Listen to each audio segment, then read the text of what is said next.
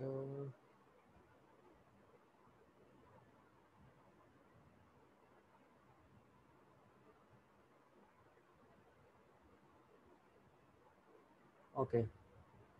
चलिए अभी आ गया ये यहाँ पे।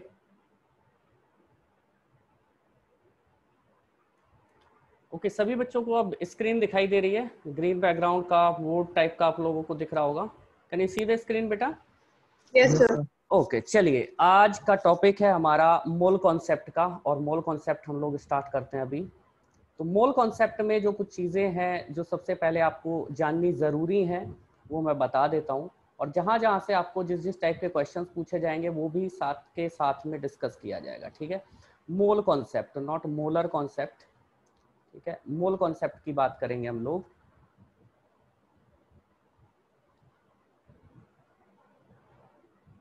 मोल कॉन्सेप्ट, ठीक है।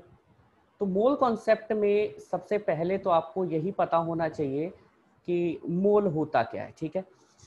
मोल की अगर हम बात करें तो मोल सिंपल सा डिफाइन किया जाता है, moles number of moles is equal to weight in grams. किसी भी सब्सटेंस का, किसी भी एटम का, किसी भी मॉलिक्यूल का वेट अगर आपको पता है और उसके मॉलिक्यूलर वेट से, ठीक है, या तो एटॉमिक वेट अगर हम एटम के बारे में बात कर रहे हैं, और अगर हम लोग जो है बात कर रहे हैं किसी मॉलिक्यूल के बारे में तो उसका मॉलिक्यूलर वेट, ठीक है।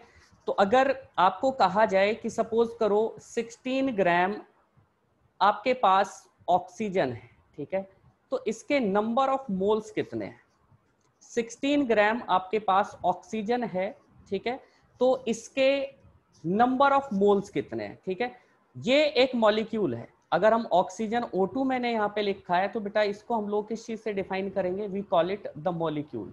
मॉलिक्यूल के अंदर एक से ज्यादा एटम्स होते हैं, हाँ, more than one atom get stuck together and they make a molecule. ये बहुत बेसिक सी चीज है। तो अगर आपको पूछा जाए कि 16 ग्राम ऑक्सीजन के अंदर कितने मोल्स हैं तो आप लोग कैसे आंसर करोगे बेटा? सबसे पहले तो ऑक्सीजन का मॉलिक्यूलर वेट आपको देखना पड़ेगा। ऑक्सीजन का मॉलिक्यूलर वेट कितने डाल्टन होता है? Can you tell me? Mridalini, अभी एंड अनुराग, सभी बच्चे आंसर। 32 सॉरी। 32, हाँ, मॉलिक्यूल का 32 होता है। एटम की अगर बात करते अगर हम लोग, मैं यहाँ पे O2 की जगह अगर ऑक्सीजन लिखता तब आप 16 यूज करते, ठीक है, ठीक है। तो अब हम लोग इसके जो है moles of oxygen, moles of oxygen अगर हम लोग निकालेंगे तो कैसे निकालेंगे? That will be equal to 16 gram divided by 32, ठीक है, डिवाइडेड बाय 32, ठीक है। 32 डाल्टन्स में है, या इसको दूसरे तरीके से भी मैं आप लोगों को अभी समझाऊंगा कि कैसे इसको हम लोग जो है दूसरी टर्म्स में भी लिख सकते हैं। तो यहां से आपको जो आंसर मिलेगा वो मिलेगा 0.5 मोल्स, ठीक है। तो ये हो गए आपके moles of oxygen. 0.5 moles are going to be present in the 16 gram of oxygen. अगर यहाँ पे आपको 16 ग्राम O लिख दिया जाता, 16 ग्राम ऑक्सीजन, ठीक है, ऑक्सीजन सिर्फ दिया गया होता, O2 नहीं लिखा होता, तब आप क्या कहते? तब आप कहते 1 मोल। तब यहाँ पे आंसर क्या हो जाता? 1 मोल ऑफ O, ठीक है। O मींस ऑक्सीजन एटम की बात हो रही है, 16/16 करते हैं हम लोग। क्लियर हुई ये बात? हाँ, तो मॉलिक्यूल और एटम का डिफरेंस आप लोगों को समझना पड़ेगा, ठीक है।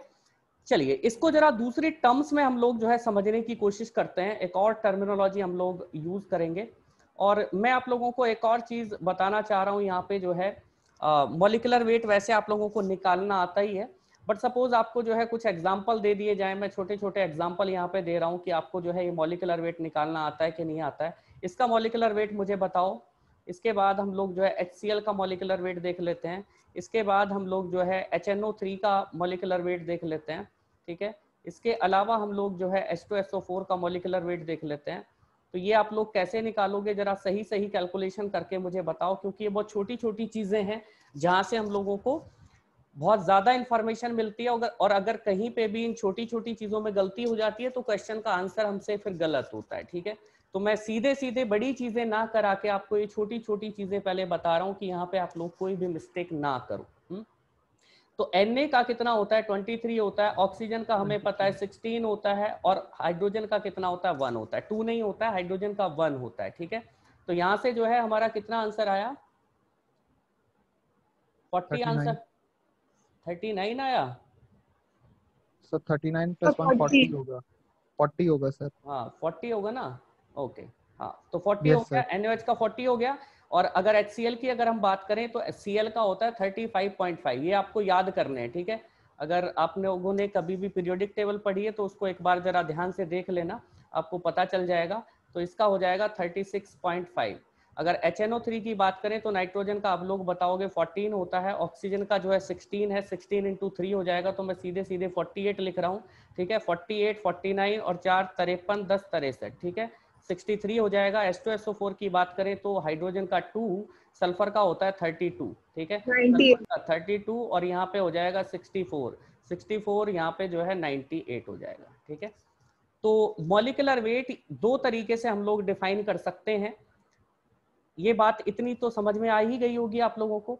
जैसे मैंने यहाँ पे लिखा कि 1 मोल इज इक्वल टू ग्राम पर डाल्टन, ठीक है। तो अगर मुझे लिखना होगा कि 1 डाल्टन हम लोग कैसे लिखेंगे, इसको ग्राम पर मोल में भी लिख सकते हैं, ठीक है। 1 डाल्टन इज इक्वल टू ग्राम पर मोल। तो अगर आपको कहीं पे मॉलिक्यूलर वेट डाल्टन में दे रखा हो या फिर ग्राम पर मोल में दे रखा हो तो दोनों का मतलब सेम ही होता है, ठीक है। समझ में आ रही है बात। अगर कहीं पे भी आपको ग्राम पर मोल या डाल्टन में से कोई भी लिखा हुआ दिखाई दे जाए तो आप समझ जाओ कि हाँ इसका मतलब वही है, मॉलिक्यूलर वेट दिया हुआ और कुछ नहीं, ठीक है। अब मैं दोनों टाइप के क्वेश्चंस आप लोगों को कराऊंगा कि केमिस्ट्री के क्वेश्चंस आप लोगों को इस मोल से कैसे पूछे जा सकते हैं, इसके अलावा जो बायोकेमिस्ट्री के क्वेश्चंस होते हैं वो किस टाइप से फ्रेम किए जाते हैं, मोल से रिलेटेड या नंबर ऑफ मॉलिक्यूल से रिलेटेड, दोनों ही बातें हम लोग करेंगे, ठीक है। और आज आप लोगों को PDF मिल जाएगी, सो डोंट वरी। अच्छा ये लास्ट स्लाइड आ गई थी, okay let me get to the first one. चलिए यहाँ से स्टार्ट करते हैं, ठीक है। तो पहला क्वेश्चन मैं आप लोगों को मोल कॉन्सेप्ट से ही दे रहा हूं। सपोज करो आपके पास 1 ग्राम ग्लूकोज है, ठीक है, 1 ग्राम ग्लूकोज है, तो इसके आपको नंबर ऑफ मोल्स निकालने हैं, ठीक है। 1 ग्राम ग्लूकोज है तो इसके नंबर ऑफ मोल्स निकालने हैं, इसके अंदर कितने मोल्स हैं, ठीक है। एक तो ये टास्क है, और इसके अलावा दूसरी टास्क बहुत सिंपल सी है कि नंबर ऑफ मॉलिक्यूल्स भी निकालने हैं, ठीक है, नंबर ऑफ मॉलिक्यूल्स भी निकालने हैं। ये चीज़ मैं आप लोगों को लास्ट क्लास में बताया था, फिर मैं दोबारा से बता देता हूँ क्योंकि कुछ नए बच्चे भी हैं यहाँ पे। तो दोनों चीज़ें आप लोगों को निकालनी है। नंबर ऑफ मॉलिक्यूल्स अगर हम लोगों को निकालना होता है तो number of molecules are equal to number of moles, जो भी आपके मोल्स आते हैं किसी भी एटम के या फिर किसी भी मॉलिक्यूल के, number of moles multiplied by Avogadro number. और एवोगैड्रो नंबर मैं सीधे सीधे लिख देता हूँ 6.023 या 022 इंटू 10⁻23 होता है, ठीक है। तो ये फॉर्मूला हो गया आपका नंबर ऑफ मॉलिक्यूल्स निकालने का। तो आप लोगों को कैसे करनी है कैलकुलेशन, आप लोग करके मुझे बताओ कि नंबर ऑफ मोल्स कितने होंगे। अगर पूरी कैलकुलेशन भी नहीं करोगे तब भी चलेगा, ठीक है। नंबर ऑफ मॉलिक्यूल्स मैं निकाल देता हूँ, 1 ग्राम हम लोगों ने लिया है, और ग्लूकोज का मॉलिक्यूलर वेट अगर आप लोगों को निकालना हो तो 180। मॉलिक्यूलर 180 होता है, C6H12O6 होता है, हाँ ठीक है। तो इसको अगर आप कैलकुलेशन करोगे तो 72 हो गया, यहाँ पे 12 आ जाएगा, और प्लस यहाँ पे कितना आ जाएगा, आई थिंक 96 आ जाएगा, ठीक है। तो अगर हाँ इसको अगर आप लोग कैलकुलेट करोगे तो 180 आएगा यहाँ से। It's very simple. तो ये हो गए आपके number of moles 1 divided bye 180, ठीक है। अगर आपको यहाँ से सीधे सीधे नंबर ऑफ मॉलिक्यूल्स निकालने हो तो देखो कैलकुलेशन आप लोगों को फाइनल नहीं करनी चाहिए, ठीक है, कि नहीं एक एक चीज को कैलकुलेट कर रहे हो, उस तरीके को भूल जाओ। वो हम बायोलॉजी वाले करते हैं, ठीक है, हमें पता होता है कि भाई हम स्लो भी करेंगे, तो हम मैथमेटिक्स वाले नहीं है। But while you are going to calculate in the examination hall, तो आपको जो फाइनल आंसर चाहिए होगा आप सारी कैलकुलेशन साथ में करो, वो इजी हो जाता है। कोई चीजें बीच बीच में कट जाती हैं, तो मैं इसको 6 इंटू 10⁻23 लिख रहा हूँ क्योंकि हमें लगभग लगभग निकालना है, एग्जैक्ट नहीं निकालना है। तो यहाँ से जो है ये 30 टाइम्स चला जाएगा, 30 टाइम्स जाने के बाद एक जीरो मैं यहाँ से कट कर देता हूँ, इसकी पावर को एक कम कर लेता हूँ, ठीक है। और एक और पावर को कम करके मैं ऊपर लिख लेता हूँ 10 इंटू 10⁻21, और नीचे हमारा कितना रह गया, वो 3 रह गया, 3 से इसको कट करेंगे तो कितना आएगा 3.33। तो सिंपल कैलकुलेशन हो गई 3.33 इंटू 10⁻21, ठीक है, ठीक है। समझ में आई बात? अगर आपको ऊपर वाले का भी निकालना था तो आप इस तरीके से समझ गए होते कि इसको अगर हम लोग इधर मैं लिख दूं 10 टू दी पावर -1, ठीक है, तो यहाँ पे 10 लिख सकता हूँ। 10 से जो है इसकी एक 0 कट जाएगी, ठीक है, तो ये 1 डिवाइडेड बाई 18 हो जाएगा। 1 डिवाइडेड बाई 18 अगर करेंगे तो उसको भी आप सिंप्लीफाई करके जो है उस ऊपर 100 मान लो, तो ऊपर 10 टू दी पावर -3 हो जाएगा, ठीक है। मैं नंबर ऑफ मोल्स की बात कर रहा हूँ, मैं यहाँ पे लिख देता हूँ नंबर ऑफ मोल्स। यहाँ पे आपके पास आ गया 100, ठीक है। मैंने थोड़ा सा शॉर्टकट ले लिया है बेटा, अगर आप लोगों को समझ में आ रहा हो तो बता देना, अगर कोई कंफ्यूजन हो तो भी बता देना, ठीक है। अब जरा इसको अगर हम लोग देखें तो 18 पंजे 90, ठीक है, बचे कितने 10, तो 5.55 मैं अगर लिख दूं तो कोई दिक्कत नहीं होनी चाहिए आप लोगों को। और अगर इसमें पॉइंट लगाना हो मुझे तो 0.005 अगर मैं लिख दूं 55 करके, इतने मोल्स अगर मैं कर दूं तो इससे भी आप लोगों को कोई दिक्कत नहीं होनी चाहिए, ठीक है। कैलकुलेशंस आर सिंपल अगर हम उसको तरीके से करेंगे, ठीक है। क्लियर हुआ? ये क्वेश्चन बहुत आसान था, it was very easy. Yes, sir. Yes ठीक सर। है, तो चलिए आगे बढ़ते हैं अभी हम लोग, ठीक है।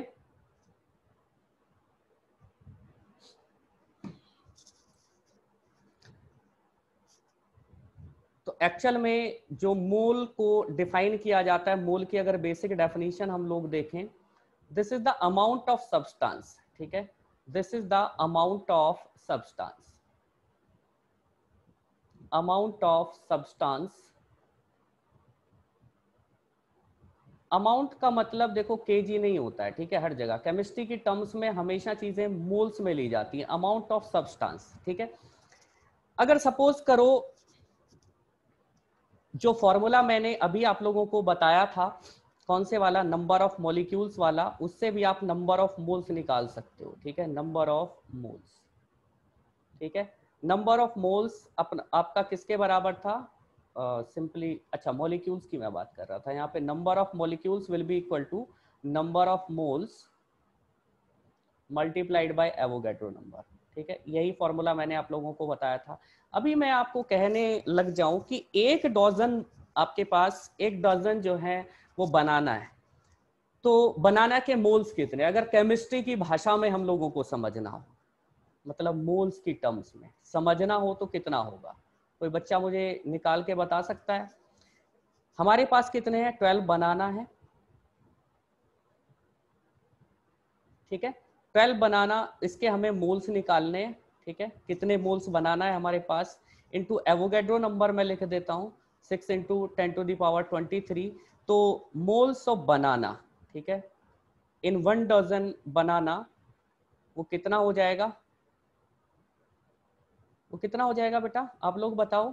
12 divided by 6 into 10 to the power 23, ठीक है, 6 दूनी 12, ये ऊपर चला जाएगा, ऊपर जाएगा तो कितना हो जाएगा, 2 into 10 to the power -23 moles, ठीक है।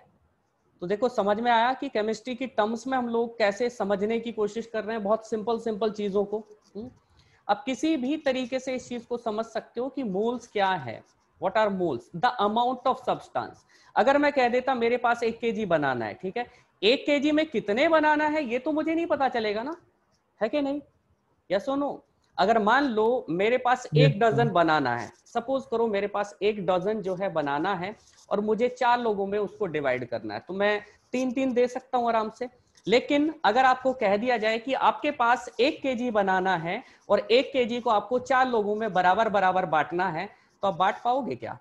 आप उसको वे करोगे तो हो सकता है कोई बनाना छोटा हो, कोई बनाना बड़ा हो, तो किसी का वेट ज्यादा हो जाए, 3 को मिलाओगे, किसी का कम हो जाए, तो उसको कट करके आपको वे करना पड़ेगा कि नहीं।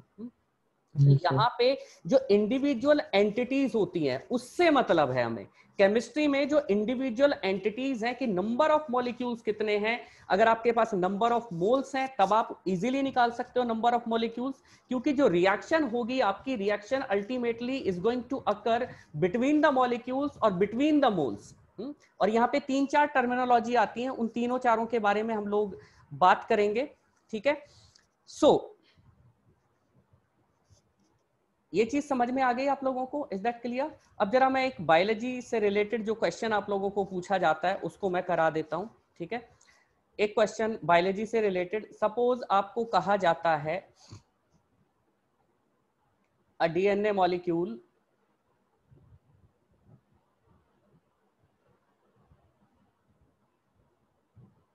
has the molecular weight of 6.6 into 10 to the power 5 ग्राम पर मोल, ठीक है? एवरेज मॉलिकुलर वेट ऑफ, या एवरेज वेट भी कह सकता हूं मैं, average molecular weight of a single base pair of a single base pair is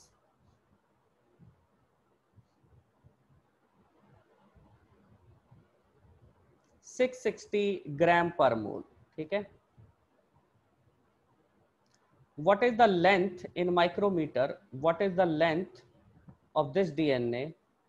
What is the length of this DNA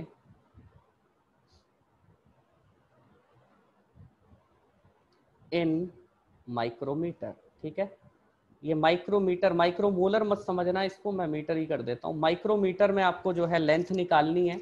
अगर मैं आप लोगों को बता दूं कि दो बेस पेयर के बीच की जो डिस्टेंस होती है, distance between two base pairs in the B DNA, distance between two bases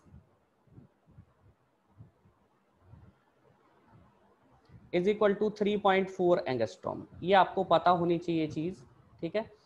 अब देखो, इन्होंने जो है, जो आपका पूरे का पूरा डीएनए का मॉलिक्यूल है उसका इन्होंने क्या दिया हुआ है, उसका मॉलिक्यूलर वेट दे रखा है, और जो आपका एक सिंगल बेस पेयर है उसका मॉलिक्यूलर वेट दे रखा है। तो अगर सिंगल बेस पेयर के मॉलिक्यूलर वेट से हम टोटल जो डीएनए का मॉलिक्यूल है उसके मॉलिक्यूलर वेट को डिवाइड कर देंगे तो हमारे पास नंबर ऑफ बेसिस आ जाएंगे कि नहीं? Yes sir. हाँ, तो सबसे पहले निकालते हैं हम लोग नंबर ऑफ बेसिस, ठीक है? Number of basis in DNA या बेस पेयर्स इन डीएनए। तो यहां से हमारा क्या आएगा, यहां से आएगा 6.6 into 10 to the power 5 divided by 660, ठीक है? जरा इसकी कैलकुलेशन आप लोग करो। इसको अगर हम जो है इससे कट करेंगे तो कितने टाइम्स, 100 टाइम्स जाएगा, ठीक है? तो यहाँ पे मेरे हिसाब से आपको जो आंसर मिलेगा 1000 बेस पेयर्स मिलेंगे, 1000 बेस पेयर, यस सर। ठीक है? हाँ, तो इस पर्टिकुलर डीएनए का जो साइज है वो 1000 बेस पेयर का है। अब आपको इसकी लेंथ निकालनी है, तो लेंथ निकालने के लिए हम लोगों को क्या करना पड़ेगा, length of the DNA molecule 1000 into 2.4, हाँ 1000 इंटू 3.4 हाँ 3.4 कर लेते हैं, ठीक है? लेकिन 3.4 क्या है, वो एंगस्ट्रॉम है, ठीक है? एंगस्ट्रॉम। हाँ, तो उसको हमें जो है एंगस्ट्रॉम को मीटर में कन्वर्ट करना पड़ेगा पहले। तो 10 to the power 3 multiplied by 3.4 and into 10 to the power -10 metre, ठीक है? ठीक है? और Yes, sir. इसको अगर हम थोड़ा सा और ठीक करें तो 3.4 इंटू 10 टू दी पावर -7, ठीक है, मीटर हो जाएगा। या इसको मैं थोड़ा सा और चेंज कर लूं तो 0.34 into 10 to the power -6 metre हो जाएगा। और इसको मैं डायरेक्टली किसकी फॉर्म में लिख सकता हूं, इसको मैं डायरेक्टली लिख सकता हूं 0.34 माइक्रोमीटर, Yes, sir. ठीक है? तो ये हो गई आपकी लेंथ ऑफ द डीएनए। अब मैं आप लोगों को दोनों चीजें बता रहा हूं, इस पे बहुत सारे questions, if you go through the previous year papers of the IIT jam biotechnology paper, तो आपको बहुत सारे क्वेश्चंस मिलेंगे, कम से कम 2 क्वेश्चन हर एक पेपर में, ठीक है? या तो वो डीएनए पे होगा, या प्रोटीन पे होगा, या किसी दूसरी चीज पे होगा। यहाँ पे 2 टाइप के क्वेश्चन पूछे जाते हैं। एक तो आपको मोलिकुलर वेट दे रखा है, आपको लेंथ निकालनी है, ठीक है? दूसरा क्वेश्चन क्या होगा, आपको लेंथ दे रखी होगी और मोलिकुलर वेट निकालना होगा। Did you get my point? Forward और रिवर्स दोनों टाइप के क्वेश्चन पूछे जाते हैं। या तो आपको मॉलिकुलर वेट दे दिया जाएगा और आपको लेंथ पूछ ली जाएगी, ठीक है?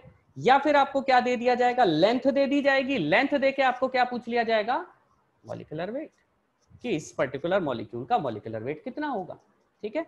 तो आपको ध्यान रखना है कि एक सिंगल बेस पेयर का जो एवरेज मॉलिकुलर वेट है, एक सिंगल बेस पेयर की बात कर रहा हूं, डबल स्टैंडर्ड डीएनए की बात कर रहा हूं। अगर कहीं पे आरएनए पे इस टाइप का क्वेश्चन पूछा जाता है तो वहां पे 330 यूज करना है, because RNA is single standard, DNA is double standard which contain a base pair.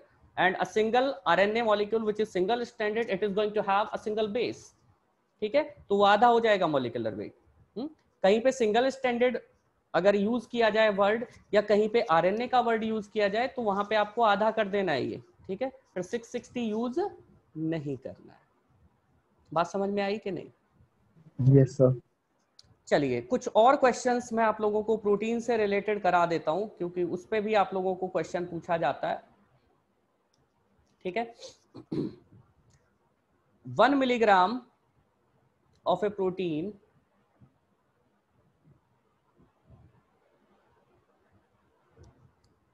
with a molecular weight of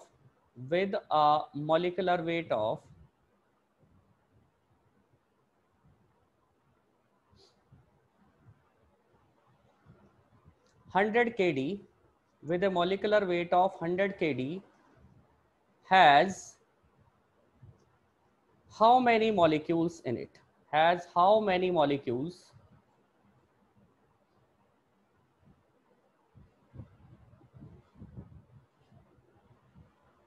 in it? ठीक है, अब देखो इसमें आप लोग गलती कहाँ पे करोगे? आई नो आप लोगों को फॉर्मूला पता है, तो मोल्स आपको सबसे पहले निकाल, हाँ बिल्कुल, केडी को डाल्टन में कन्वर्ट करना पड़ेगा, ठीक है, हाँ बिल्कुल, और मिलीग्राम को ग्राम में कन्वर्ट करना पड़ेगा, इस बात का ध्यान रखना। बिल्कुल बिल्कुल बेटा, बिल्कुल सही है।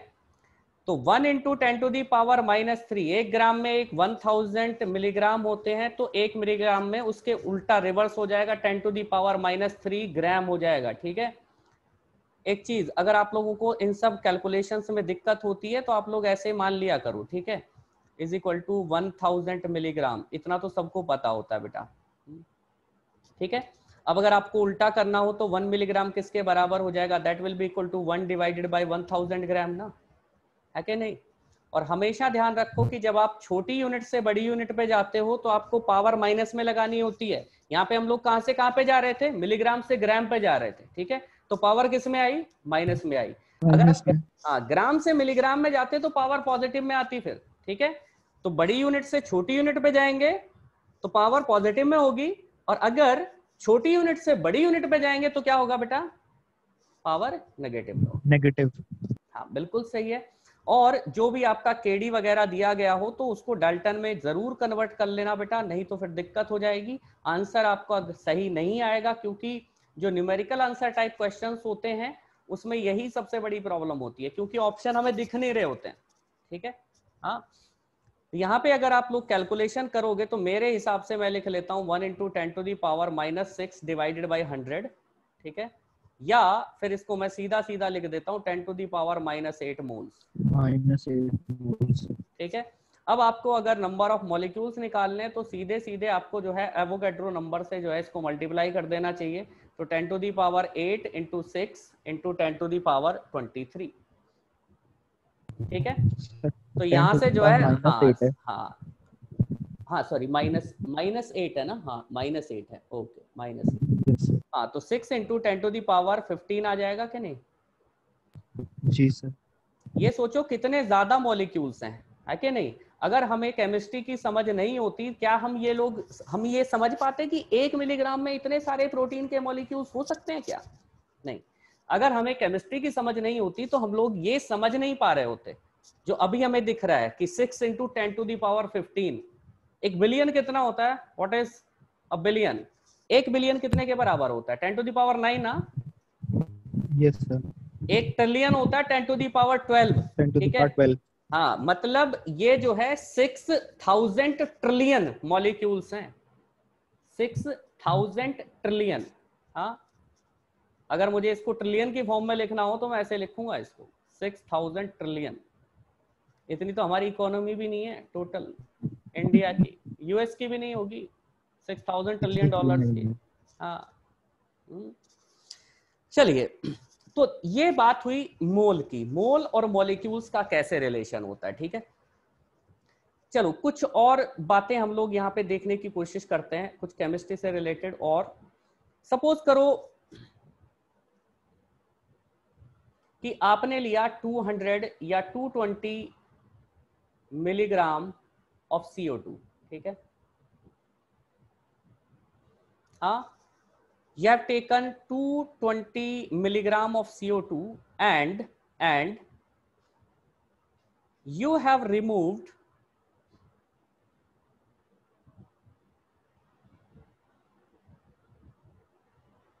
10 to the power 21 molecules from it. Molecules of CO2 from it. How many moles of CO2 are left there? How many moles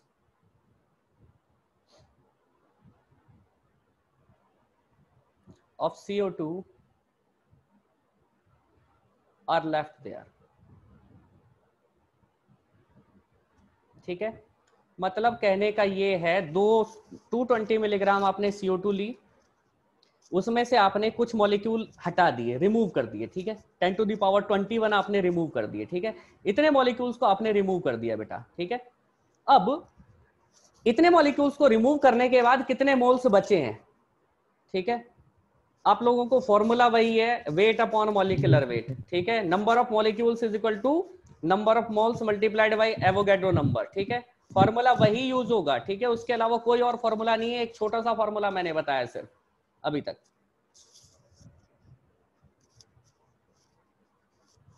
तो बेटा यहाँ पे आपका सबसे पहला स्टेप क्या होना चाहिए, सबसे पहला स्टेप ये होना चाहिए, नंबर ऑफ मोल्स निकाल लो, ठीक है, कि अगर मैंने यहाँ पे 220 मिलीग्राम CO2 ली है तो उसके अंदर मोल्स कितने हैं, इसके अलावा जो दूसरा हमने जो रिमूव किया है 10 टू दी पावर 21 मॉलिक्यूल्स, उसको भी किस में कन्वर्ट कर लो, उसको भी मोल्स में कन्वर्ट कर लो, ठीक है, फिर जो है इसके मोल्स में से इसके मोल्स घटा दो तो हमें क्या है, हमारा आंसर मिल जाएगा, ठीक है कि नहीं।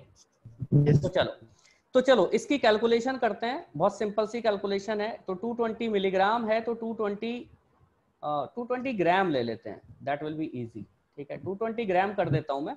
तो 220 ग्राम डिवाइडेड बाय हम लोग कर लेते हैं यहाँ पे 44, CO2 का 44 होता है, हाँ, तो इसको अगर करेंगे तो यहाँ से 2 बार जाएगा, ऊपर आपका 10 रह जाएगा, 10 divided by 2 that will be equal to 5 moles.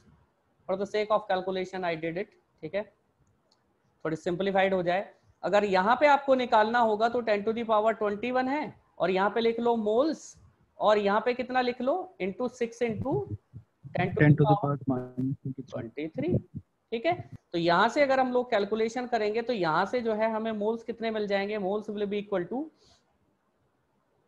I think that will be equal to how much, 1/6 into 10 to the power -2 ऊपर आ जाएगा कि नहीं, और अगर यहाँ पे मैं कैलकुलेशन ठीक से करूंगा तो 1.66 इंटू 10 टू दी पावर -3 आ जाएगा, ठीक है, इतने मोल्स आ गए हैं, ठीक है। अब आपको क्या करना है, कितने बचे हुए हैं, ठीक है, नंबर ऑफ मोल्स लेफ्ट, ठीक है, नंबर ऑफ मोल्स लेफ्ट, बचे हुए कितने हैं, ठीक है, नंबर ऑफ मोल्स बचे हुए कितने हैं ये आपको निकालना है, ठीक है। तो नंबर ऑफ मोल्स बचे हुए कितने हैं, 5 minus 1.66 into 10 to the power -3। अब बेटा इसकी कैलकुलेशन आप लोग करो, ठीक है, इतना मैंने कर दिया, इसकी कैलकुलेशन आप लोग करो, ठीक है। 5 minus 1.66 into 10 to the power -3 अगर करोगे तो आंसर हमारा क्या आएगा,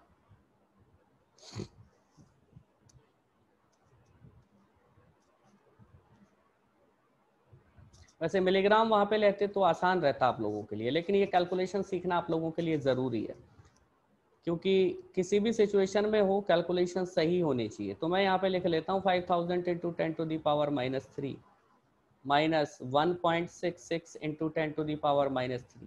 ये चीज़ मैं आप लोगों को पहले भी कह चुका हूँ कि पावर दोनों साइड, जब आपको एडिशन या सब्ट्रैक्शन करना हो तो दोनों साइड पावर्स बराबर होनी चाहिए। तो हम लोगों को क्या करना पड़ेगा, 5000 माइनस 1.66 करना पड़ेगा। तो अगर इसको आप कैलकुलेट करोगे आई थिंक 49.9 कितना आएगा, 999,998 आएगा, ठीक है, 8.37, ठीक है, into 10 to the power -3 moles, या इसको आपको अगर एग्जैक्टली लिखना हो तो 4.99 मोल्स भी लिख सकते हो आप लोग, ठीक है।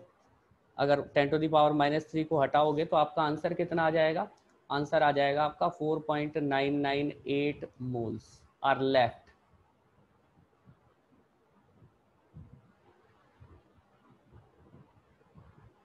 ठीक है बेटा? Yes sir. चलिए, ये तो देखो बात हो गई, जो छोटी छोटी चीजें थी ये आप लोगों ने बिल्कुल पढ़ रखी होंगी अच्छे से। अब जरा हम लोग जो है एक परसेंटेज मास कैसे निकालना होता है, परसेंटेज कंपोजिशन कैसे निकालना होता है, उसके बारे में बात कर लेते हैं। परसेंटेज कंपोजिशन, ठीक है, इस पे भी क्वेश्चन आप लोगों को पूछ लिया जाता है। बहुत छोटी छोटी चीजें हैं, यही जो हम लोग छोड़ के पहले पढ़ रखे हैं, वही सब क्वेश्चंस आप लोगों को कॉम्पिटिटिव एग्जाम में पूछे जाते हैं, कोई नई चीजें नहीं आती। तो परसेंटेज कंपोजिशन की अगर बात की जाए तो मास परसेंट ऑफ द एलिमेंट, जो भी हम लोग एलिमेंट ले रहे हैं, मास परसेंट ऑफ एलिमेंट, इसका फॉर्मूला क्या होता है? फॉर्मूला वैसे कुछ नहीं है, इनटू 100 हम लोग करते हैं। तो mass of the element in the compound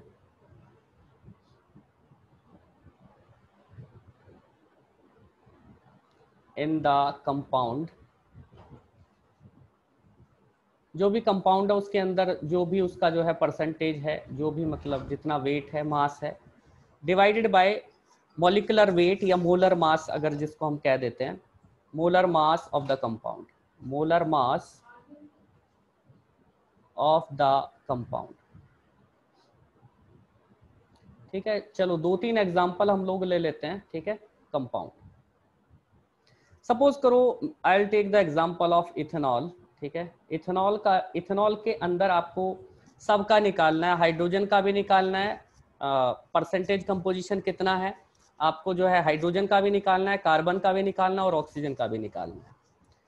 formula आपके सामने है, तो इसको मैं निकाल के, कार्बन के लिए मैं निकाल के बता देता हूं। आप लोगों को पता है कार्बन का 12 होता है। ठीक है, और अगर हम देखें तो इसका जो है कितना हो जाएगा, 24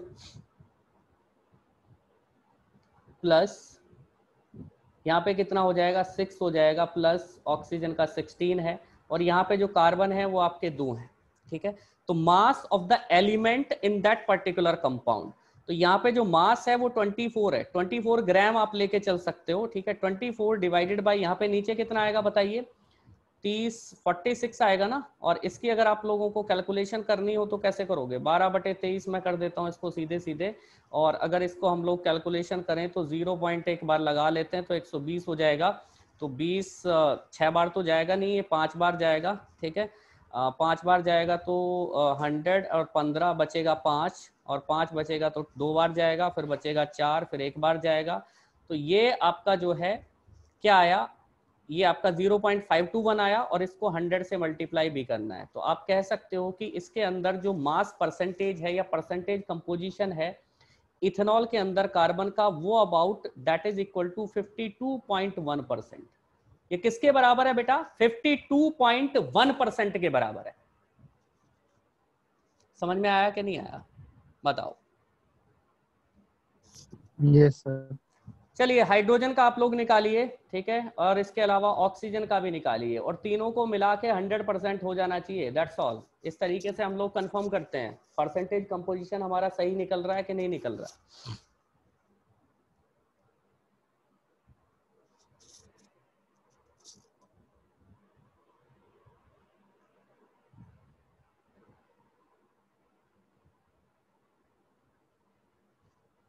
अरे बेटा सीधे सीधे कर सकते हो, 6 डिवाइडेड बाई 46। ठीक है, यहाँ पे कितना करोगे, 16 डिवाइडेड बाय 46। बस कैलकुलेशन ही तो करनी है, और कुछ थोड़ी करना है। नो, तो 6 डिवाइडेड बाय 46 करेंगे तो ऊपर मैं 3 कर लेता हूँ, और इधर कितना आ जाएगा, इधर वही 23 आ जाएगा।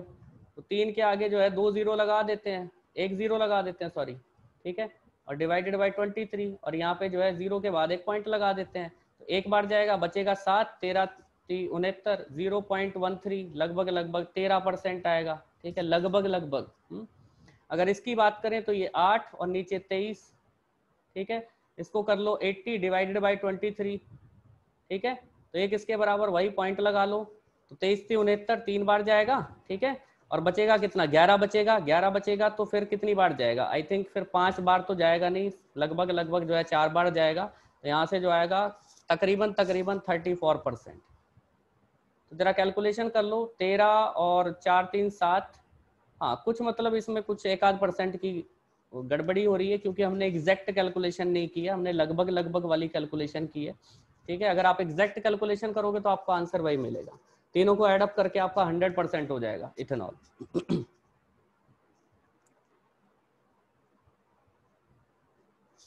बेटा ये समझ में आया परसेंटेज कंपोजिशन कैसे निकालते हैं? एक मैंने एग्जांपल दिया, इससे ज्यादा मैं नहीं बताऊंगा, इससे ज्यादा की आपको जरूरत भी नहीं है, आपको निकालना समझ में आ ही गया होगा। Yes sir. Yes sir. एक और चीज यहाँ पे आप लोगों को पूछ ली जाती है, डिग्री ऑफ रिडक्शन। कई बार आपको इसका भी क्वेश्चन आपको पूछा जाता है, डिग्री ऑफ रिडक्शन। ठीक है, डिग्री ऑफ रिडक्शन किसी भी कंपाउंड की पूछ ली जा सकती है, बट ये जो है आपका बायो प्रोसेस इंजीनियरिंग में पूछा जाता है, बट केमिस्ट्री में भी पूछा जा सकता है, डिग्री ऑफ रिडक्शन। ठीक है, डिग्री ऑफ रिडक्शन को हम लोग कैसे डिफाइन करते हैं? ठीक है, degree of reduction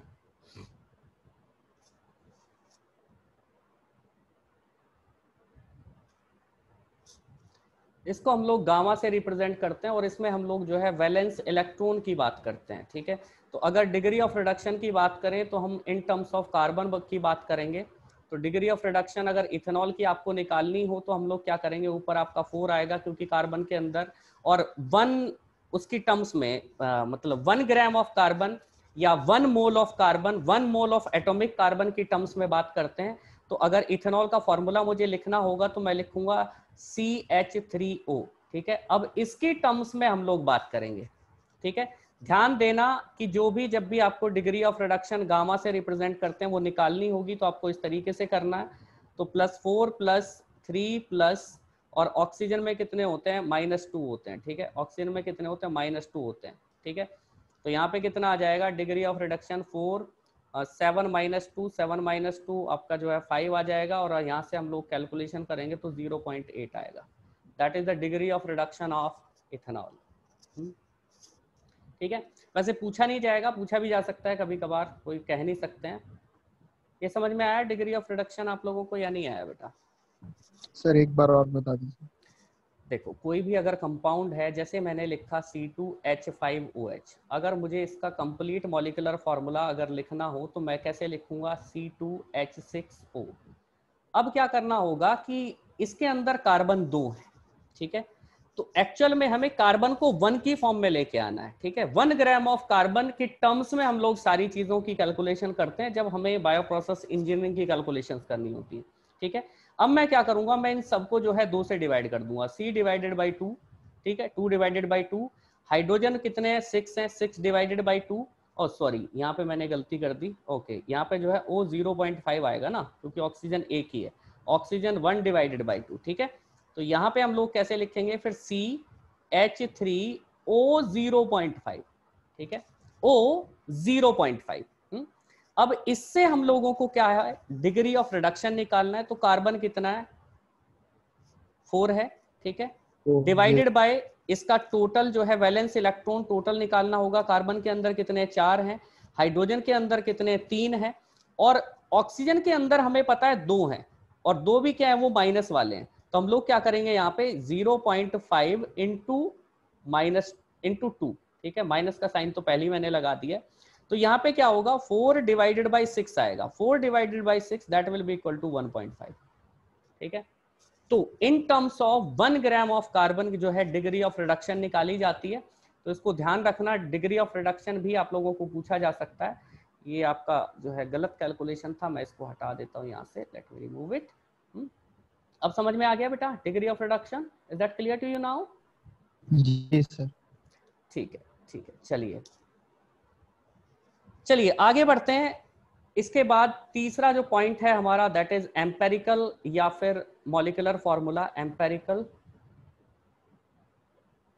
and molecular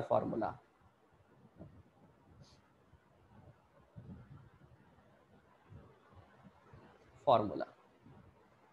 ठीक है, इन दोनों के बीच में डिफरेंस क्या होता है, बस ये समझ लो एम्पेरिकल फॉर्मूला जो है वो जो अभी अभी मैंने डिग्री ऑफ रिडक्शन में बताया वो आपका एम्पेरिकल फॉर्मूला था किसका, अल्कोहल का, ठीक है। इथेनॉल का आप कह सकते हो, ठीक है। अब इथेनॉल को आप चेंज भी कर सकते हो, जैसे कि मैं यहाँ पे एग्जांपल लेता हूँ किसका, ग्लूकोज का ले लेते हैं, बहुत सिंपल सा एग्जांपल है। जैसे हमारे पास ये मॉलिक्यूलर फॉर्मूला ग्लूकोज का है, अगर मैं इथेनॉल का जो है लिखूं तो C2H6O हो जाएगा, ठीक है। और अगर आपको जो है इसका लिखना हो सपोज एसिटिक एसिड का, तो एसिटिक एसिड का हम लोग कैसे लिखते हैं, CH3COOH, ठीक है। अगर इसको हमें जो है टोटल सारों को इकट्ठे करके लिखना हो तो कैसे लिखेंगे, C2H4O2 ना, O2। तो अब अगर इनका एम्पेरिकल, ये जो इधर की साइड मैंने लिखे हैं ये आपका मॉलिक्यूलर फॉर्मूला है, ठीक है। दीज आर मॉलिक्यूलर फॉर्मूलाज, ठीक है। इनको आप क्या कहोगे, मॉलिक्यूलर फॉर्मूला कहोगे, ठीक है। तो अब क्या करते हैं हम लोग, इनको जो है जो आपकी सबसे छोटी वाली एंटिटी मतलब कार्बन वाली जो एंटिटी है उसको जो है डिवाइड कर देते हैं। मतलब इसको जैसे मैं 6 से डिवाइड कर दूं, ठीक है, इसको मैं 6 से डिवाइड कर देता हूं। ये हमारे पास जो है इसको हम 2 से डिवाइड कर देते हैं, ठीक है, 1/2 हो जाएगा। इसको भी हम 2 से डिवाइड कर देते हैं, ठीक है। तो हमारे पास यहाँ से क्या आ जाएंगे, सभी के जो है एम्पेरिकल फॉर्मूलाज आ जाएंगे, ठीक है। इसको हम लोग कैसे लिखेंगे, यहाँ पे CH2O लिखेंगे, ये आपका क्या है, empirical formula into N, that is the empirical formula of glucose. अगर इथेनॉल की बात करें, इथेनॉल का क्या हो जाएगा हमारे पास, CH3O0, हाँ CH3O0.5, हाँ ठीक है। अगर इसकी बात करें तो इसका कैसे आ जाएगा हमारे पास, CH2O आएगा, ठीक है। हाँ, तो ये हो गया एम्पेरिकल फॉर्मूला किसका, एसिटिक एसिड का या किसी भी फैटी एसिड का।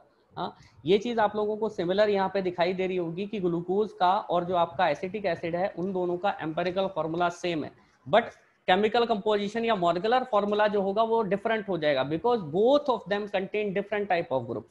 इसके अंदर क्या है, इसके अंदर कार्बोक्सिलिक ग्रुप होते हैं, इसके अंदर क्या होते हैं, एल्कोहलिक या फिर एल्डिहाइड या फिर कीटोनिक ग्रुप होते हैं, है कि नहीं। तो दोनों के बीच का आप लोग जरा डिफरेंस समझ जाओ। समझ में आई बात ये, what is the basic difference between the empirical and molecular formula, ठीक है। ये चीज समझ में आ गई होगी आप लोगों को। Yes. Yes sir. अच्छा चलिए, एक मिनट बेटा, just a minute.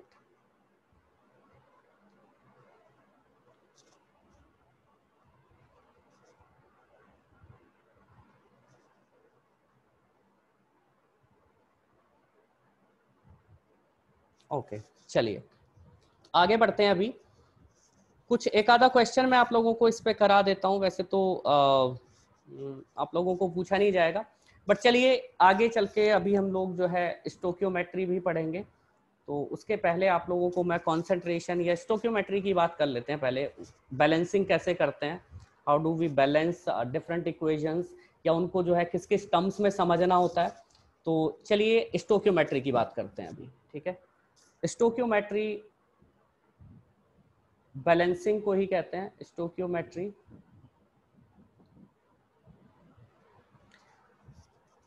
Stoichiometry calculations या स्टोकियोमेट्री बैलेंस, जो भी आप समझ में आए। तो यहाँ पे मैं एग्जांपल ले रहा हूँ कि जैसे हम लोग घर में पहले जो है मतलब एलपीजी यूज करते हैं तो उसके अंदर मीथेन होता है, लेकिन उसको जो बर्न करने के लिए किसकी जरूरत होती है, अगर ऑक्सीजन हमारे एनवायरनमेंट में ना हो तो क्या हम बर्न कर सकते हैं एलपीजी को, जो घरों में हम लोग यूज करते हैं बेटा, कर सकते हैं कि नहीं, नहीं कर सकते हैं, ठीक है। ऑक्सीजन की एब्सेंस में वो बर्न नहीं होगी, मतलब फ्यूल की तरह काम नहीं करेगी, ठीक है। तो ये भी आपको पता होना चाहिए।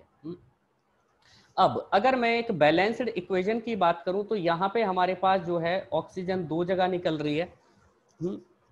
अगर इसको भी मैं हटा दूं, 2H2O ना लिख के मैं यहाँ पे सिंपली H2O लिख दूं, तो यहाँ पे 2 गैसेज हैं आपके पास। ये आपके पास गैस है, ठीक है, ऑक्सीजन आपके पास गैस है, कार्बन डाइऑक्साइड आपके पास गैस है, लेकिन जो आपके पास वाटर है वो किस फॉर्म में है, लिक्विड फॉर्म में। पहले तो आपको ये पता होना चाहिए ये होमोजीनियस रिएक्शन है या हेट्रोजीनियस रिएक्शन है। हेट्रोजीनियस है। हाँ हेट्रोजीनियस है, क्योंकि इसके अंदर अलग अलग फेजेस हैं, ठीक है। अब चलिए इसके बारे में, इसको बैलेंस करने की कोशिश करते हैं। तो कार्बन हमारा एक ही जगह जा रहा है तो इसको हमें चेंज करने की जरूरत नहीं है, लेकिन ऑक्सीजन की जब बात कर रहे हैं तो दोनों ऑक्सीजन यहाँ पे कंज्यूम हो जा रहे हैं और यहाँ पे जो है एक ऑक्सीजन जा रहा है। तो यहाँ पे अगर मैं 2 लिख दूं, क्योंकि फ्रैक्शन में हम लोग लिखते नहीं है जनरली यहाँ पे, लेकिन कहीं कहीं पे लिख भी लेते हैं जहाँ पे हमें पर्टिकुलरली फ्रैक्शन में बैलेंसिंग करनी होती है। तो यहाँ से जो है CO2 तो एक ही निकलेगी, ठीक है, CO2 तो एक ही निकलेगी, लेकिन वाटर के मॉलिक्यूल आपके 2 हो जाएंगे। ठीक है, ठीक है, समझ में आई बात? हाइड्रोजन भी आपका बैलेंस हो गया और आपका जो है ऑक्सीजन भी बैलेंस हो गया। अब अगर मुझे इसकी स्टोकियोमेट्री की टर्म्स कुछ लिखनी हो तो मैं ये लिख सकता हूं कि अगर हम लोग 1 मोल मीथेन को, ठीक है, 1 मोल मीथेन को रिएक्ट कराते हैं, reacts with 2 mole of oxygen, give rise to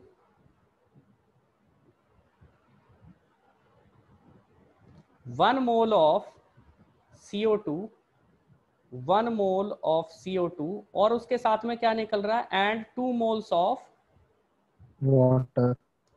water. अगर इसको दूसरी टर्म्स में लिखना हो, मुझे मॉलिक्यूल्स की टर्म्स में लिखना हो, तो मैं सीधे सीधे ऐसे ही लिख सकता हूं ना, one molecule of methane reacts with 2 molecules of oxygen and it give rise to 1 molecule of carbon dioxide and 2 molecules of water। समझ में आ गई बात? मोल्स को सीधे सीधे किसकी फॉर्म में, हम मॉलिक्यूल्स की फॉर्म में भी कह सकते हैं। ठीक है, हाँ। तीसरी चीज, अब यहाँ पे गैसेस का इन्वॉल्वमेंट है। ठीक है, तो गैसेस का जो हम एक एसटीपी पे जो वॉल्यूम की बात करते हैं, गैसेस को वॉल्यूम की टर्म्स में नापा जाता है, तो आप ये कह सकते हो कि 22.7 लीटर ऑफ मीथेन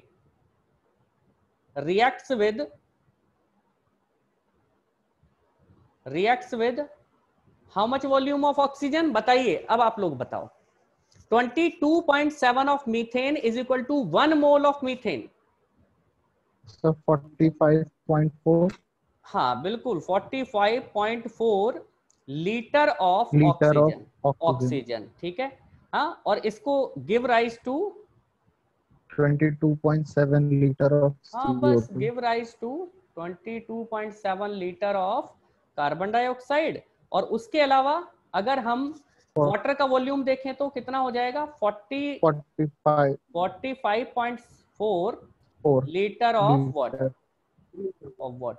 ठीक है, इतना आपको जो है ये मिलेगा। ठीक है, अगर हम इसको ग्राम्स की फॉर्म में देख रहे हैं तो सबसे पहले तो जरा मीथेन का मॉलिक्यूलर वेट मुझे बताओ। हाँ बेटा बोलो। सर ये 44.4 कहाँ से आया? बेटा मैंने कहा अगर हम किसी गैस की बात करते हैं, कोई गैस है, तो गैस का जो 22.7 लीटर वॉल्यूम जो है वो कितने के बराबर होता है, that is equal to 1 mole of that gas. 1 mole of that gas उसके बराबर होता है। तो आपको ये तो पता है ना कि यहाँ पे जो है 1 mole of methane reacting with 2 mole of oxygen ना। तो अगर 1 मोल को हम 22.7 के बराबर ले रहे हैं तो 2 मोल ऑक्सीजन को कितने के बराबर लेंगे, उसको डबल कर देंगे। 22.7 into 2 that will be equal to 45.4 ना। Okay sir, got it. वो 22.7 में हम वो 22.4 पढ़ा था हम लोगों ने, तो इसीलिए कंफ्यूजन हो गया। अच्छा अच्छा, ओके ओके ओके। अगर हम यहाँ पे बात करें 16 ग्राम, तो यहाँ पे आपको ऑक्सीजन का पता है, ऑक्सीजन का जो है 32 होता है। ठीक है, 32 हाँ, और इसका आपका 44 होता है। तो ग्राम की फॉर्म में भी आपको लिखना हो तो वो भी लिख सकते हो। वाटर का 18 ग्राम होता है। ठीक है, 18 तो यहाँ पे 16 ग्राम अगर इसकी फॉर्म में लिखना हो तो 16 gram of methane reacts with कितने ग्राम ऑफ ऑक्सीजन? 64 बिल्कुल, 64 ग्राम ऑफ ऑक्सीजन। ठीक है, 64 gram of oxygen and give rise to 44 gram of CO2। 44 gram of CO2 and 36 gram of 36 grams of water. हाँ 36 ग्राम्स ऑफ वाटर। ठीक है, तो ये आपकी एक तरीके से, आप अगर गैस की बात हो रही हो या कहीं पे भी आपका जो है ग्राम्स में बात हो रही हो या फिर आपकी मोल्स में बात हो रही हो या फिर मॉलिक्यूल्स की फॉर्म में बात हो रही हो, किसी भी चीज में बात की जाए, किसी भी इक्वेशन के बारे में आपको सीधे सीधे समझ में आ जाना चाहिए। ठीक है, क्लियर है बात? अरे इज जी दैट सर। क्लियर? हाँ, चलिए ये हो गई स्टोकियोमेट्री की बात। इसके अलावा कई जगह पे आपको इस टाइप की इक्वेशंस दी जा सकती हैं कि जहां पे कोई लिमिटिंग रीजेंट होगा। ठीक है, मान लो मैं यहां पे लिख देता हूं, इसी इक्वेशन की बात कर लेता हूं। अगर मैं यहां पे लिख देता हूं 2CH4 plus 2CO2 will give rise to how many moles of CO2। ठीक है, यहां पे x में लिख देता हूं plus how many y moles of water. यहां पे रिमिटिंग रीजेंट आपको कौन सा दिखाई दे रहा है? आपके पास जो मीथेन है वो एक्सेस क्वांटिटी में अवेलेबल है कि नहीं है? यस और नो? यस तो बताओ आपके यहाँ पे कितने मोल्स ऑफ CO2 बनेंगे? 1 बनेगा या 2 बनेंगे? आप लोग बताओ। सर 2 बनेंगे। कैसे बनेंगे 2? सर क्योंकि 2 कार्बन है CH4 नहीं, में। कार्बन 2 है, लेकिन उसका केवल एक ही मॉलिक्यूल तो रिएक्ट करेगा ना, किसके साथ में? ऑक्सीजन के साथ जी में। सर। तो जी यहाँ सर। पे जी क्या सर। है, एक CO2 बन जाएगा और प्लस साथ में क्या बन जाएगा? 2H2O बन जाएगा। ये तो कंप्लीट 2H2। हो गया। तो जो दूसरा CH4 है उसका जो मॉलिक्यूल है वो तो रिएक्ट नहीं करेगा ना अब इसके साथ में, क्योंकि ऑक्सीजन बची नहीं यस है। सर। तो ऑक्सीजन यहाँ पे क्या हो गई है? ऑक्सीजन लिमिटिंग रीजेंट हो गई है यहाँ। Limiting reagent. ठीक है, तो ये बात आप लोग ध्यान रखिएगा। एक मिनट बेटा, जस्ट अ मिनट। हाँ,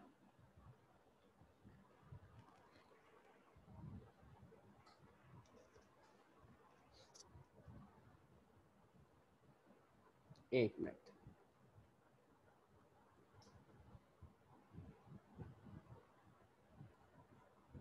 एक मिनट का,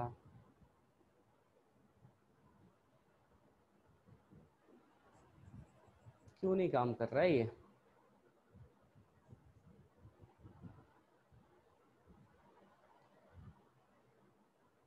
चलिए हो गया है। हाँ, लिमिटिंग रीजेंट की बात कर रहे थे, तो लिमिटिंग रीजेंट को पहचानना भी जरूरी है। ठीक है, लिमिटिंग रीजेंट।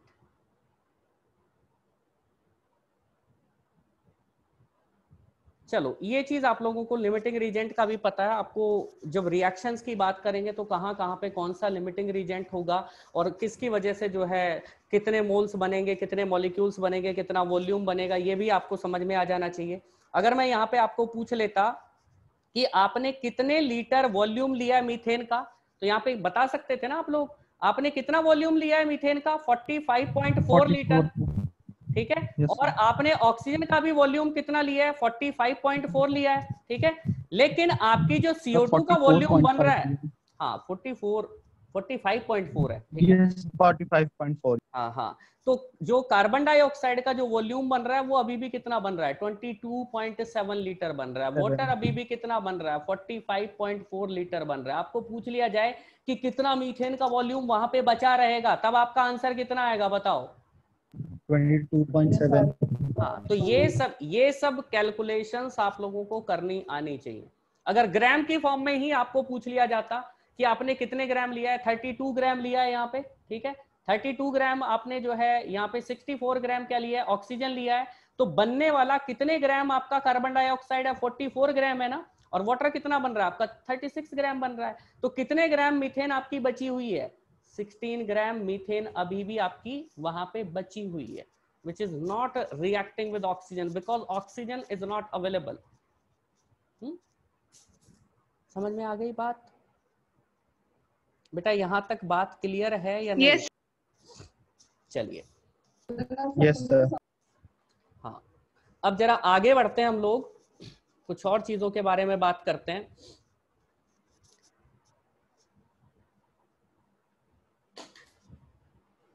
मोलैरिटी पे आ जाते हैं।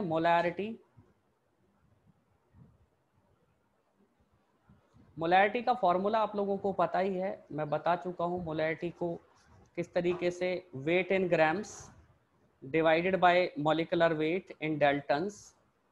ठीक है, and multiplied by volume in litres. ठीक है, अगर मैं इसको दूसरी टर्म्स में लिखूं तो मोल्स पर लीटर लिख सकता हूं कि नहीं? यस और नो? Yes sir. ठीक है, मोल्स हमारे किसके बराबर होते हैं? वेट अपॉन मॉलिक्यूलर वेट ना। Weight upon molecular weight. हाँ, ये चीज आपको समझ में आनी चाहिए। ये वाला जो है हमारा नंबर ऑफ मोल्स है। ठीक है, this entity is defining number of moles, number of moles. लेकिन जो चीज हम लोग यहाँ पे देख नहीं पाते हैं, उसको भी मैं आप लोगों को दूसरे कलर से जरा दिखाने की कोशिश करता हूँ। यहाँ पे रेड तो दिखेगा नहीं, इस पे ग्रीन पे, बट ये दिख जाएगा। बेटा ये एंटिटी क्या है? What is this particular entity? बताओ।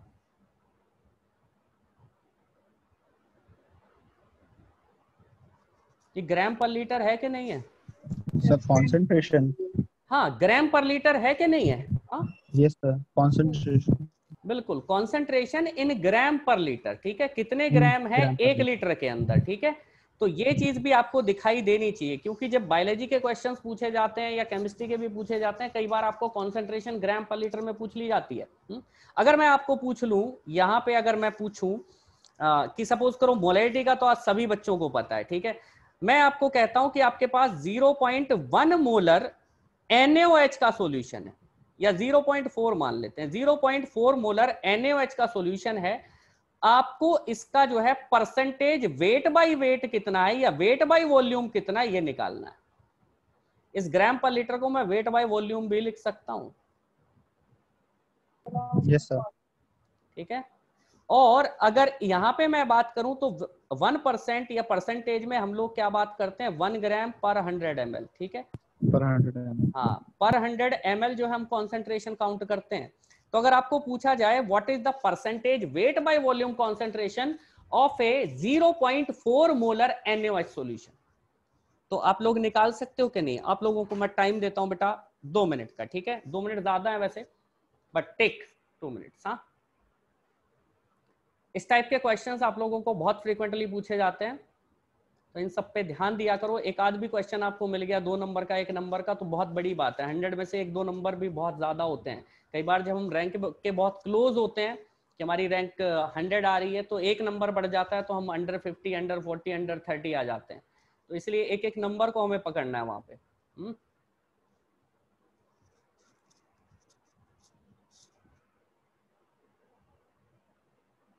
सर 16% आया आपका?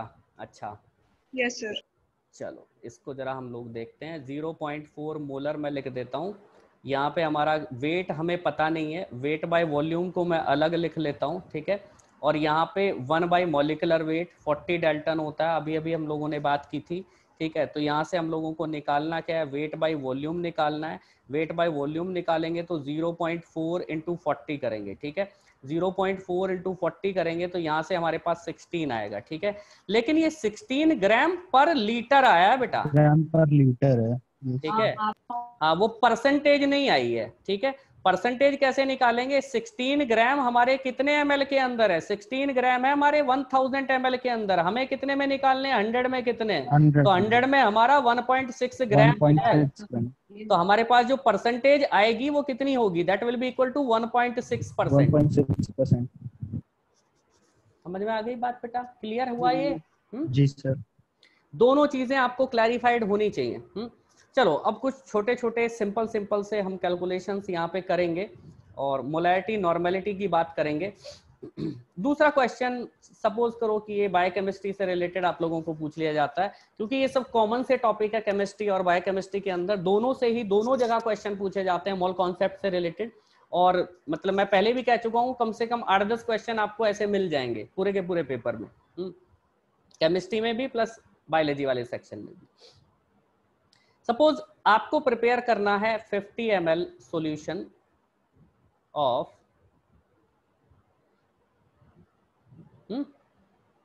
ग्लूकोज। उसकी कॉन्सेंट्रेशन जो आपको रखनी है वो रखनी है 100 मिलीमोलर। हाँ, how much glucose in grams you will take to prepare that? How much weight of glucose you will take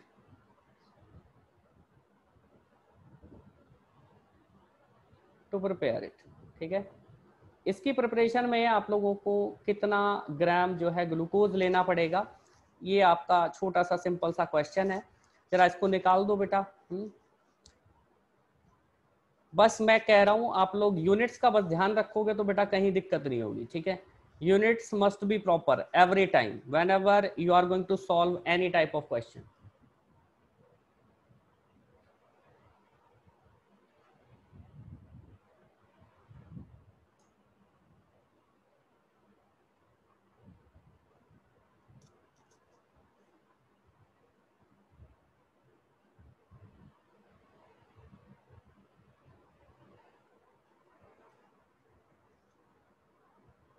हाँ बेटा, निकाला आप लोगों ने? नहीं निकाला? Sir 0.9 grams.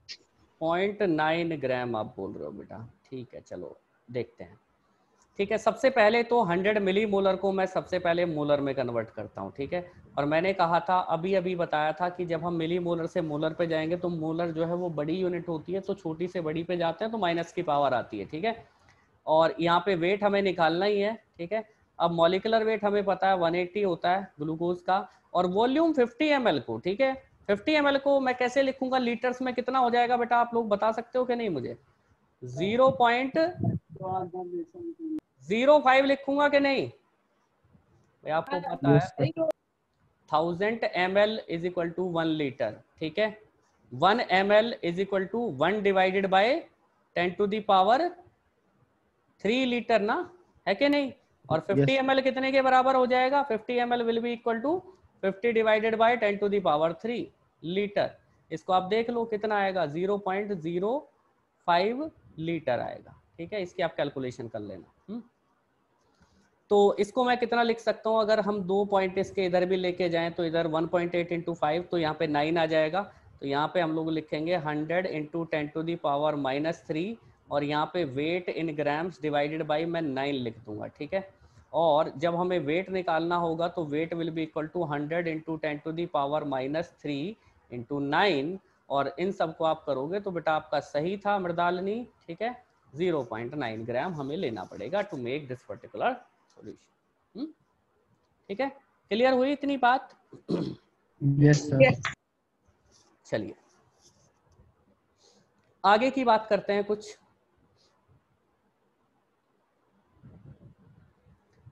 एक और चीज जो मैंने आप लोगों को एक परसेंटेज में सिर्फ अभी वेट बाय वॉल्यूम बताया है, इसको हम लोग क्या बोलते हैं? 1 ग्राम इन 100 ml। ठीक है, ये बात आप लोगों को पता है पहले से ही। इसके अलावा कई बार जो सॉलिड के अंदर जो सॉल्यूशन नहीं बोलेंगे, जो आपका एक मिक्सचर बनाया जाता है उसको कई बार वेट बाय वेट की फॉर्म में लिखते हैं। जैसे कि हम लोग किसी भी ऐसे मतलब जैसे हमारा डो होता है, मतलब आटा होता है, मतलब जिसके अंदर पानी हमने नहीं डाला है अभी, उसके अंदर हम नमक डालते हैं, तो नमक की कॉन्सेंट्रेशन अगर आपको आटे के अंदर निकालनी हो तो उसको किससे रिप्रेजेंट करोगे आप? वेट बाय वेट में रिप्रेजेंट करोगे कि नहीं, है कि नहीं? Yes sir. हाँ, सॉलिड इन सॉलिड। ठीक है, तो ये हो जाएगा आपका 1 ग्राम इन 100 ग्राम। ठीक है, ये भी आपको पता होना चाहिए। इसके अलावा परसेंटेज वॉल्यूम बाय वॉल्यूम भी होता है। जब दो सॉल्यूशन को मिक्स किया जाता है तो 1 ml इन 100 ml। ठीक है, ये तीनों आपको पता होने चाहिए। इसके अलावा अभी हम लोगों ने ये देखा कि मोलैरिटी के अंदर एक चीज होती है ग्राम पर लीटर। ठीक है, क्या चीज होती है? ग्राम पर लीटर। अगर मुझे ग्राम पर लीटर को mg पर ml में कन्वर्ट करना हो तो मैं कैसे करूंगा बताओ? 1 ग्राम में कितने मिलीग्राम होते हैं बेटा बताओ? 1000। 1 लीटर में कितने ml होते हैं? 1000। तो इसका मतलब क्या है? जो ग्राम पर लीटर होता है वही mg पर ml होता है कि mg नहीं पर होता है? ml होता है। Yes sir. अगर मैं 1 मिलीग्राम को माइक्रोग्राम में अगर कन्वर्ट कर दूं तो 1 मिलीग्राम में कितने माइक्रोग्राम होते हैं? 1000 होते हैं। और 1 ml के अंदर कितने माइक्रोलीटर होते हैं? 1000। इसका मतलब क्या है? ये तीनों चीजें बराबर होती हैं कि नहीं होती हैं? जी सर। अगर आपके पास ग्राम पर लीटर की कॉन्सेंट्रेशन आ जाती है और आपको पूछा गया वहां पे माइक्रोग्राम पर माइक्रोलीटर या मिलीग्राम पर ml या ग्राम पर लीटर, मतलब उसका आंसर हर जगह सेम होगा, उनको आपको कन्वर्ट करने की कहीं पे भी जरूरत नहीं पड़ेगी। ठीक है, इस बात का ध्यान रखना, ये भी बहुत इंपॉर्टेंट चीज है।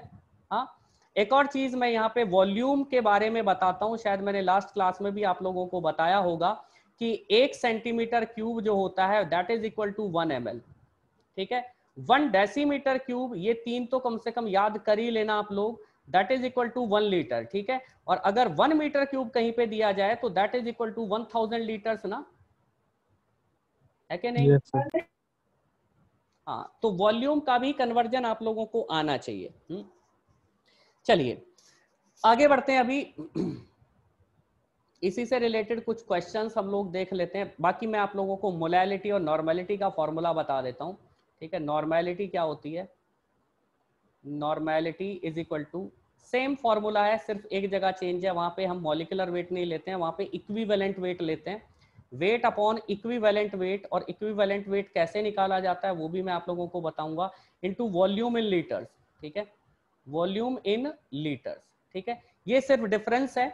अगर आपको कह दिया जाए कि HCl का आपका जो है मॉलिक्यूलर वेट आपको दिया गया है दैट इज गिवन 36.5 डाल्टन, तो अगर आपको इसका इक्विवेलेंट वेट निकालना हो तो इसकी एसिडिटी कितनी है? 1 है या 2 है? So 1. 1 है। इसका मतलब क्या है? इसका मॉलिक्यूलर वेट इक्विवेलेंट वेट के बराबर होगा, ठीक है, दोनों सेम होंगे। इसका मतलब क्या है? इस पर्टिकुलर सॉल्यूशन में अगर आपको दिया गया है कि इसकी मोलैरिटी 0.1 मोलर है तो इसकी नॉर्मेलिटी भी कितनी होगी? 0.1 नॉर्मल, 0.1 नॉर्मल. ठीक है। तो जहां पे जितने भी मोनोबेसिक एसिड्स होते हैं उसके उन केसेस के अंदर जितनी आपकी मोलैरिटी होगी उतनी ही आपकी नॉर्मेलिटी भी होगी, ठीक है। इस बात को ध्यान रखना। लेकिन सपोज मैं आपको लिख देता हूं यहाँ पे 0.1 मोलर H2SO4 है। अब ये डाई बेसिक एसिड है तो अब मोलैरिटी जो है वो नॉर्मेलिटी के बराबर नहीं होगी। अगर आपको कह दिया जाए कि 0.1 मोलर H2SO4 की नॉर्मेलिटी कितनी होगी तो आप लोग निकाल सकते हो कि नहीं निकाल सकते हो? Yes. हाँ, तो निकालो बेटा। इस टाइप के क्वेश्चंस भी आप लोगों को पूछ लिए जाते हैं। इक्विवेलेंट वेट मैं यहाँ पे बता देता हूँ, molecular weight divided by acidity और बेसिसिटी, एसिडिटी और बेसिसिटी। सिंपल सा फॉर्मूला है।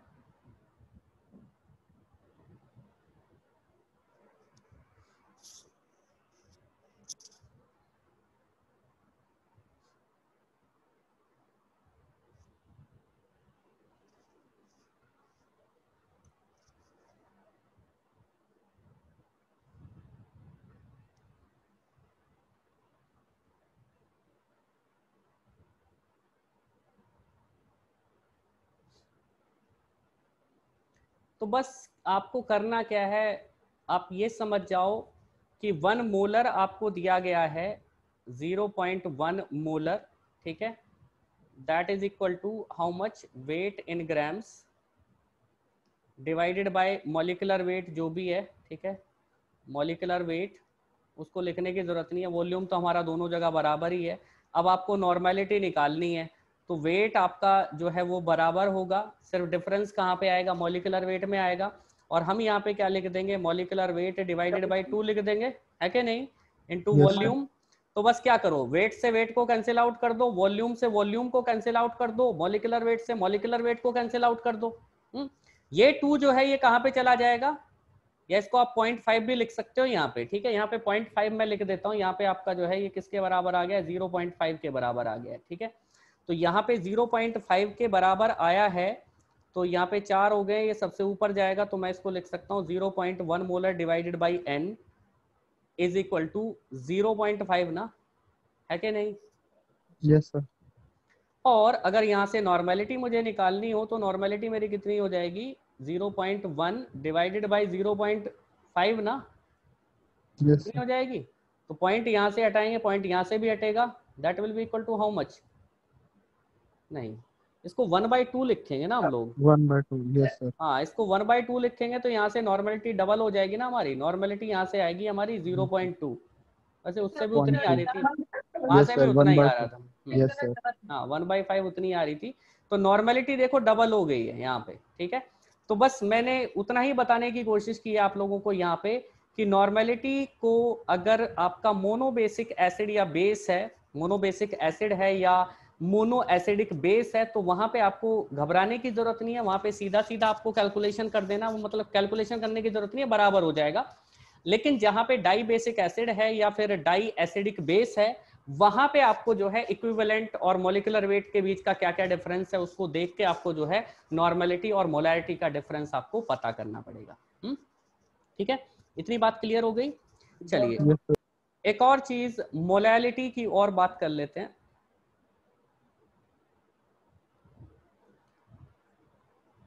मोलैलिटी की अगर बात करें तो इसको हम लोग जो है स्मॉल m से रिप्रेजेंट कर लेते हैं, या आप कोई दूसरा भी नोटेशन चूज कर सकते हो। ठीक है, अब यहाँ पे क्या लेना होता है, यहाँ पे जो वॉल्यूम है आपका वो केजी में आता है, वो ml में हम लोग नहीं लेते हैं, सिर्फ इतना ही डिफरेंस है मोलैरिटी और मोलैलिटी को। मॉलिक्यूलर वेट आपका डाल्टन्स में ही रहेगा, वही ग्राम पर मोल वाला। ठीक है, लेकिन जो वॉल्यूम है, वॉल्यूम हमारा किस में आ जाएगा, केजी में आ जाएगा। ठीक है, तो एक तरीके से मोलैलिटी जो है वो सॉलिड वाले सॉल्यूशंस को रिप्रेजेंट करने के लिए, सॉलिड इन सॉलिड, उसको रिप्रेजेंट करने के लिए हम लोग यूज करते हैं। नॉर्मेलिटी आपके एसिडिक या बेसिक सॉल्यूशन जितने भी होते हैं उनको रिप्रेजेंट करने के लिए यूज करते हैं। मोलैरिटी आप किसी भी पर्टिकुलर सॉल्यूशन को, उसकी कॉन्सेंट्रेशन को रिप्रेजेंट करने के लिए यूज कर सकते हो बेटा। ठीक है, इसके अलावा हमने मोल कॉन्सेप्ट की बात की, डाल्टन को कैसे रिप्रेजेंट कर सकते हैं, Avogadro number, number of molecules कैसे निकाल सकते हैं, स्टोकियोमेट्रिक बैलेंस कैसे किया जाता है, लिमिटिंग रीजेंट क्या होता है, हाँ, मास परसेंटेज कैसे निकालते हैं, डिग्री ऑफ रिडक्शन कैसे निकालते हैं, इन्हीं सब के बारे में बात की है। अभी कुछ कुछ चीजें आप लोगों की रहती हैं जो इससे रिलेटेड जितने भी क्वेश्चंस केमिस्ट्री या बायो केमिस्ट्री में आप लोगों को पूछे गए हैं अभी तक, मैं सारे के सारे डिस्कस कर दूंगा क्लासेस में ही बेटा। बाकी आप लोग भी ट्राई करना, आपसे जो नहीं होते हैं वो आप लोग भेज सकते हो। बेटा टाइम हुआ कि नहीं हुआ हमारा? अरे बेटा बोलो, चले गए क्या? नहीं सर हैं। हाँ अच्छा, हाँ तो बोलो, कोई दिक्कत है किसी को आज की क्लास में बेटा? No, किसी sir. को कोई सब कुछ समझ में आ गया ना आप लोगों को, क्लियर कट? Yes sir.